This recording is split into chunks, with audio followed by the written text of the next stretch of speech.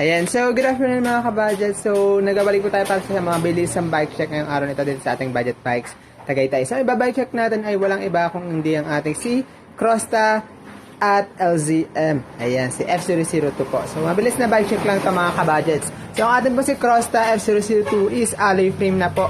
Ayan, so alloy frame na siya. Ito ay naka-internal cabling at ito po ay napaka-smooth weld na. Ayan, so napakakinis na po ng kanyang body. Yung kanyang seat post is alloy. Ayan, so may tatak na rin ng Crosta. Yung kanyang seat clamp, ayan, quick release na siya, kaya hindi ito madamot. Ayan, adjustable yung saddle natin, or yung upuan natin kay Crosta F002. Yung saddle niya is napakakinis at may tatak na rin po yan ng Crosta at meron na ring daanan ng hangin. Yung handlebar niya is alloy. May tatak na rin po ng Crosta Bicycle Standard. Yung stem niya is alloy na rin po, ganoon na rin, may tatak na rin ng Crosta.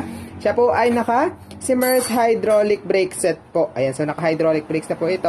At ito ay naka L2AX shifter. Ito po ay naka 12 speed.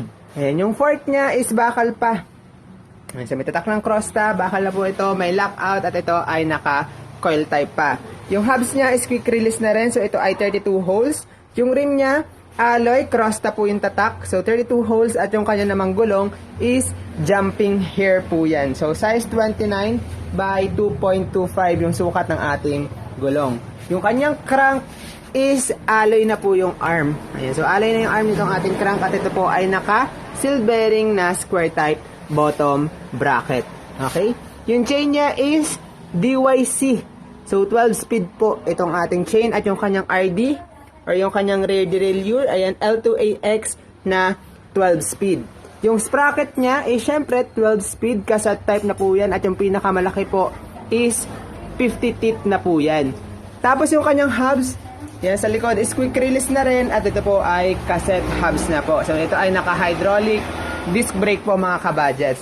So, ang atin pong si Crosta F002 or si Crosta at LZM ay nagkakahalaga lang po ng 11,700 pesos na pwede nyo pong ma-avail through cash, GCash, debit credit card, bank transfer, or sa installment natin na si Home Credit, may kasama pa po yung mga freebies. Kung gusto nyo po ang discounted price, pwede nyo ma-avail ang ating si Crosta F002 size 29er for only 10,999 pesos. Cash or GCash payment only, no freebies po na kasama. So, available po yan dito sa ating budget bikes Tagaytay. So, yun lamang po para sa ating mabilis ang bike check ngayong araw na ito.